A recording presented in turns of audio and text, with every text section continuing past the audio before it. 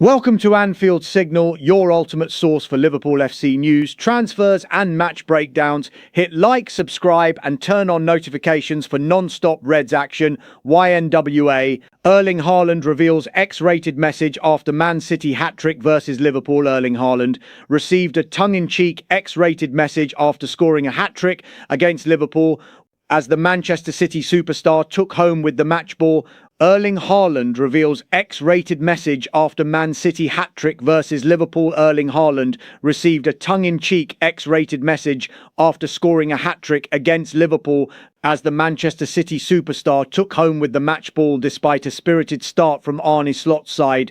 They capitulated against the Carabao Cup winners as the Dutchman's issues deepened with pressure increasing tenfold. For City, they became the first side in the last four at Wembley later this month, with Antoine Semenyo also on target in the win over Liverpool. Haaland picked up a 28th career match ball after his hat-trick on Saturday afternoon. Sharing his memento on social media, Haaland posed with the match ball and one of the messages was particularly striking. Speaking after the game, Haaland said, "This club has to win trophies on the biggest stage. It's been some time since I have done it, scored a hat-trick for City. It is special, so I am super happy." For the Norwegian, he has found his goal-scoring boots at the perfect time with City in the midst of a Premier League title race with Arsenal. Guardiola got one over on his former confidant Mikel Arteta on the eve of the international break as City beat Arsenal 2-0 to claim another Carabao Cup success. City sit 9 points off the league leaders going into next weekend's fixtures as the Premier League returns. They visit Chelsea on April 12th, 4:30 p.m, with Liam Rosignol looking for his side to gather momentum after their 7-0 win over Port Vale in the FA Cup quarter-finals. Arsenal return to action after their encounter with Championship side Southampton with a trip to Sporting CP in the Champions League. Following their quarter-final showdown with Victor Gyökeres' former club, they host Bournemouth on April 11th, 12:30 p.m. Pep Lijnders raved about the City hero after their win over his former club. The City assistant said, "I worked with a lot of good strikers, with a lot of goals, with a lot of finals and trophies. Erling scored the 12th hat-trick today for Man City and the second goal was insane. He weighed the attack, he flies, the way he puts the ball into the corner. I love these old-school striker goals. I am not saying he carries Norway, but we all know how important he is for them. He feels that responsibility." It is clear then that not everything throughout a long season will go your way, but it shows character again and mentality that he comes back in this fashion. Man City defeat leaves Liverpool facing serious questions under Arne Slot. Liverpool collapse against Man City raises fresh Arne Slot questions. Liverpool's latest meeting with Manchester City should have carried intensity, edge and elite quality. Instead, as laid bare on the post-match Raw podcast with Guy Drinkle, Dave Hendrick and Jim Boardman delivered a stark, emotional assessment of what they had just witnessed. From the outset, the tone was set. Jim Boardman admitted, "I've been better, I'll say that," while Dave Hendrick went further, saying, "I may need to reconsider my decision to agree to do cup games as long as this fella stays in charge." The frustration was not fleeting, it was deeply rooted in what they perceive as a worrying trend under Arne Slot. Fixture losing its edge for years, clashes between Liverpool and Manchester City represented the pinnacle of English football. That sense of anticipation has now faded, as highlighted during the discussion. Guy Drinkle captured the emotional shift. "I used to love looking forward to this fixture. It used to be the highest quality football in the world. That nostalgia quickly gave way to present reality. Before this game, I went into this feeling nothing, expecting the worst, and we got worse than that." The contrast between past and present was not framed with subtlety. It was blunt, reflective of a fan base adjusting to diminished expectations, lack of fight and identity. The most damning criticism centred on Liverpool's response once the game turned. As soon as Manchester City found their breakthrough, belief appeared to evaporate. Drinkle described it in unforgiving terms. "As soon as they scored the first goal, we just gave up." That sense of inevitability only deepened as the scoreline worsened. "I don't think anyone had any confidence in us getting back in the game, especially when it went 2-0. This was not presented as an isolated incident. Instead, it was framed as a recurring issue. It's been like that, regardless of opposition, regardless of time of the season. For a club built on resilience and intensity, that perceived surrender struck a particularly sour note." Boardman's perspective on standards. Jim Boardman offered a more measured, yet equally concerning analysis of what has been lost. He acknowledged that defeats are part of football, but distinguished between acceptable losses and what Liverpool produced here. You get games like this, you lose games like this, not like this, he said before outlining the usual emotional contract between team and supporters. If you feel like your players have put a shift in, then you can accept defeat more. That condition, in his view, was not met. Boardman reflected on past Liverpool sides and their mentality when setbacks occurred, recalling how quickly heads dropped in difficult moments. The implication was clear: this current side is falling into similar patterns without the corrective influence that once defined them.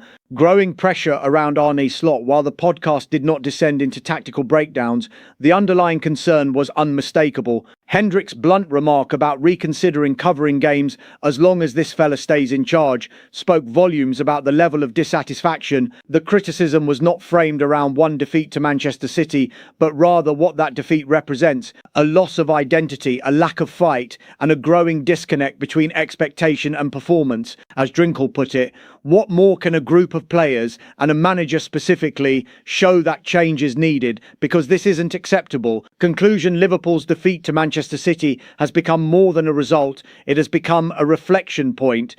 Through the voices of Dave Hendrick and Jim Boardman on post-match Raw, the conversation shifted from match analysis to something deeper.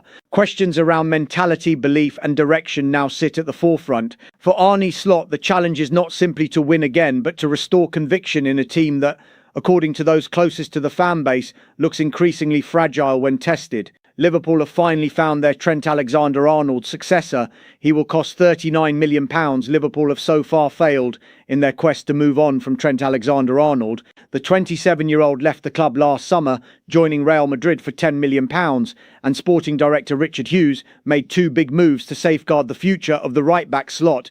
Jeremy Frimpong was brought in from Bayer Leverkusen for £29 million, and Conor Bradley was given a new lucrative long-term contract.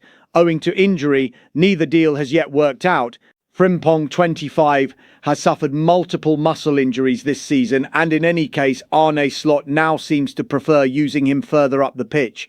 Bradley has been afflicted by serious injury trouble over the past 2 years since breaking into the first team picture, and the Northern Ireland captain has been absent since January with a knee injury and won't play again until next season. Far from the position being covered, it now looks like Liverpool are going to have to go back into the market for another performer. Liverpool want £39 million deal for Marco Palestra. According to a report in Court Offside, Italian international Marco Palestra is now emerging as a serious option. Liverpool are making serious preparations to secure the signing of Atalanta's young defender Marco Palestra in the upcoming summer transfer window, the report reads. The English club view Palestra as a solution to strengthen squad depth and possibly as a long-term replacement option. Fellow Premier League clubs Newcastle and Tottenham have also been linked with the 21-year-old, who has impressed in Serie A this season on loan at Cagliari.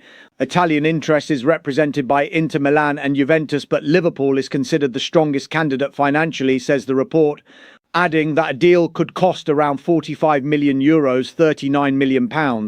Marco Palestra, situation summary. Marco Palestra is a 21-year-old Italian right-sided defender / wing-back, currently on loan at Cagliari from Atalanta and regarded as one of Serie A's standout young wide players. Operating mainly on the right, he combines athletic overlap with end product, contributing a goal and 4 assists in 2025-26, while ranking strongly for minutes and creative output among Serie A wide men. Palestra's profile is that of a modern, aggressive wing-back, high-engine, strong recovery running and willingness to attack space, underpinned by top-flight exposure in Serie A and European competition with Atalanta, including a Europa League win in 2023-24. Contracted to Atalanta and on loan to Cagliari, he is approaching a pivotal decision point this summer, with his parent club so far reluctant to sell despite heavy interest. Inter Milan and Liverpool are both monitoring him closely, with reported bids and valuations between €35, €50m and talk of a potential €45 million deal, suggesting a high-profile move is likely if Atalanta soften their stance on his way to Liverpool. Star now finally set for massive transfer. The Star seems to be aligning for an exciting attacker to join Liverpool. The end has arrived.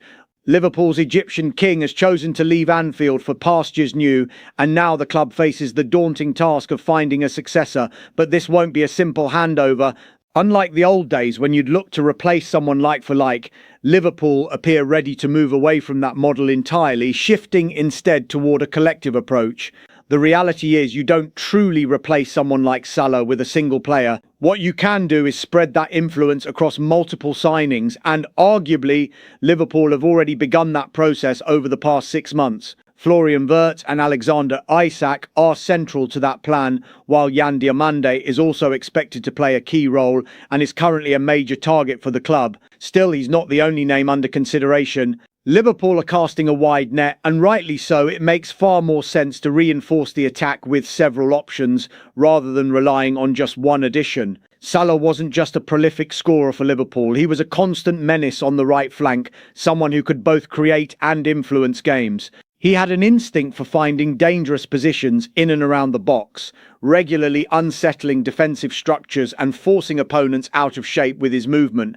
On top of that, he was a top-tier creator. His ability to produce chances was just as valuable as his goals, which is why Liverpool must look to recruit a winger with similar creative quality. Replacing that overall impact won't be easy. The club needs someone who can bring that same attacking spark and unpredictability from wide areas. So who fits the bill? Magnus Akliouche. On paper, his numbers may not seem like much, but there's a lot more to Akliouche than meets the eye. He's not going to score a crazy amount of goals, but he is going to get into the right areas in the opposition's final third to penetrate defensive lines. Akliouche is the type of player who thrives in and around the edge of the penalty area, just like Salah. He showcased this during his recent outing for France, getting himself an assist against Colombia on Sunday night. The youngster can make brilliant runs to find himself in space, and he's an excellent connector between the attack and the midfield. Importantly, he loves to create chances, whether it's supplying the box with crosses or making cutbacks from the byline.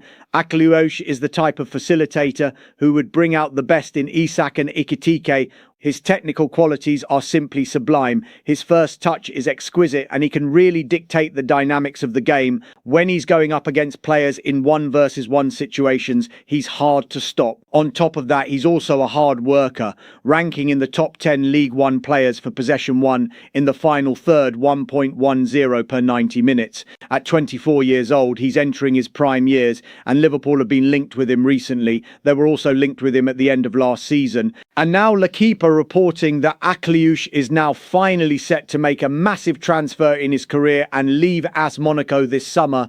Could that mean he's on his way to Anfield? Only time will tell. But with Liverpool's previous interest, Salah leaving and Akliouche being prepared for a move, the stars do seem to be aligning. That's all from Anfield Signal. Smash like if you're buzzing for more LFC content. Subscribe for daily updates and drop your thoughts in the comments. Who scores next? See you soon, YNWA.